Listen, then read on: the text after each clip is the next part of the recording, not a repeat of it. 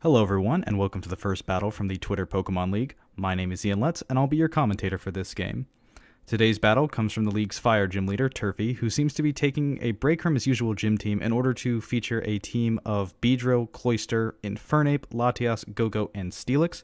His opponent, Douglas, is using a team of Lopunny, Togekiss, Greninja, Typhlosion, Slurpuff, and Sableye. Now, both teams have a couple of potential Megas, however, I think the most likely Megas we'll see here are Beedrill and Lopunny, since Steelix, Latias, and Sableye can all function pretty well without their Mega Evolutions. With all that being said, let's move on to the battle. It looks like Turfy here is going to decide to lead off with his Beedrill, as Douglas decides to lead off with his Sableye. Both of these leads make a lot of sense, as a Mega Beedrill can do a lot of work against Douglas's team, and we are going to see that Beedrill Mega evolve there.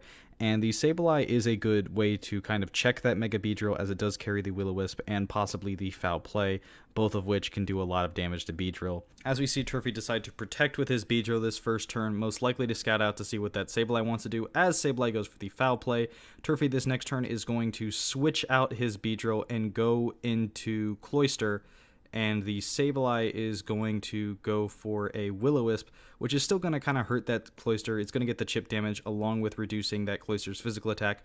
Granted, a lot of Cloysters carry Shell Smash, but that probably wouldn't be an optimal play here, as that would just allow the Sableye to KO the Cloyster with a Foul Play. Of course, we're going to just see Turfy go for the Icicle Spear here, landing one critical hit. Let's see if he gets another, as that Skill Link ability does allow it to have 5 hits with the Icicle Spear.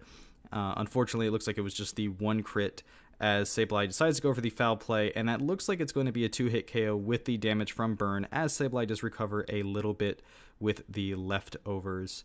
And of course, we're going to see Cloyster take a little bit of burn damage right here. It looks like Turfy is just going to kind of sack off his Cloyster right here as he goes for another Icicle Spear, probably just wanting to get as much chip damage onto that Sableye as possible. It's going to bring it down to maybe 50% with this last hit. Yeah, it's about 50% right there, as Sableye is probably going to finish off this Cloyster with a Foul Play. If not, the burn will do enough damage to take it out. Sableye, of course, is going to recover a little bit of health, so it's still a little bit above 50%, and Cloyster is going to be knocked out by the burn. So right now, Douglas is ahead here with 6 Pokemon against Turfy's 5, as Infernape comes in for free, and we're going to see what this Infernape wants to do. It just goes for the Flare Blitz. That should be enough damage to take out Sableye. It doesn't look like that Sableye had Recover, or at least Douglas chose not to go for it. Sableye gets knocked out right here, as we're going to see the Infernape take a little bit of recoil damage along with the Life Orb, revealing that it is in fact a Life Orbed Infernape.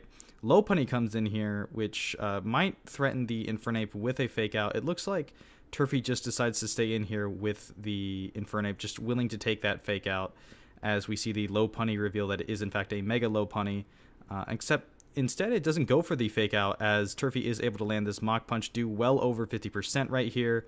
It's going to lose a little bit of health due to Life Orb, as Lopunny actually goes for the Retaliate, and that's definitely going to be enough damage to knock out that Infernape, as Douglas once again takes the lead in terms of remaining Pokemon. As we're going to see Turfy decide to send out his Beedrill here, which should be able to get a nice, decent sweep going, as Beedrill goes for the Poison Jab onto the Lopunny, which definitely should be enough damage to knock it out.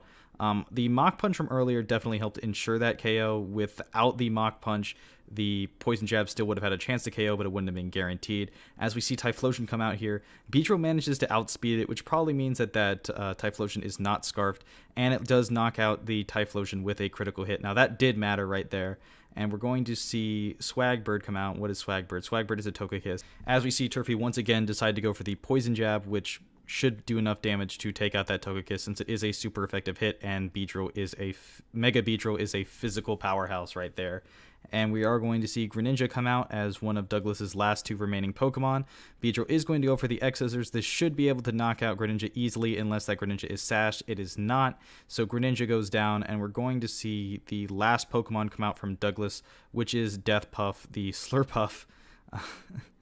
As Douglas just decides to forfeit there. Definitely the deciding factor of that game was Turfy deciding to preserve his Beedrill until it was in a good position to sweep. That included taking out the Sableye, as well as getting some chip damage off onto that Mega Lopunny right there. Turfy did get a little lucky with the critical hit onto the Typhlosion. However, if Turfy was running an Adamant Beedrill, that Adamant Beedrill still had a chance to knock out a Typhlosion. That being said, if you like this battle or perhaps want to battle Turfy yourself, be sure to check out the Twitter Pokemon League, which, as the name suggests, is on Twitter. Once again, I'm your commentator, Ian Lutz, and I'll see you guys next time.